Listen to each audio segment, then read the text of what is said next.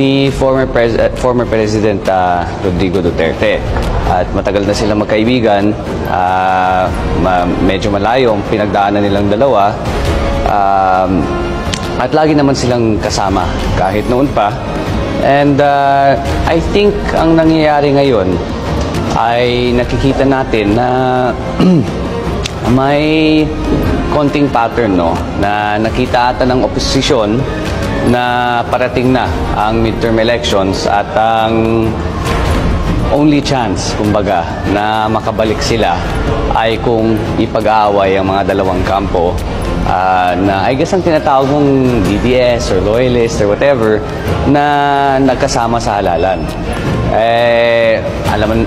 Alam naman natin na ang resulta doon ay ang naging 31.8, 31.7 million na boto.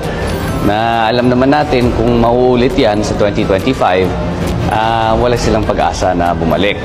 So I think that's part of it. That's why ang dami kong nakikitang interview na with opposition identified personalities na nagsasabi naghiwalay na yung mga iba't ibang kampo na magkasama noon. I think that's all an attempt to really create divisions within an administration that has been so focused on unity in order to make a comeback sa eleksyon. And sa totoo lang, sa resulta na nangyari nung 2022, sa napakalaking agwat, I think it's safe to say naman na ang tinatawag nating oposisyon na lumaban noong 2022 ay hindi ko naman sasabihin na wala na, pero medyo mahina sa ngayon.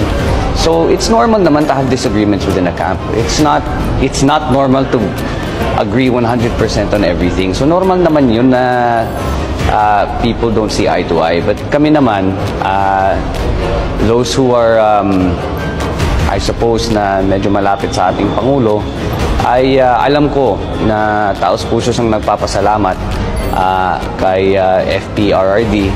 And actually, napanood ko yung interview niya kagabi na sinabi niya na tama ang ginawa niya.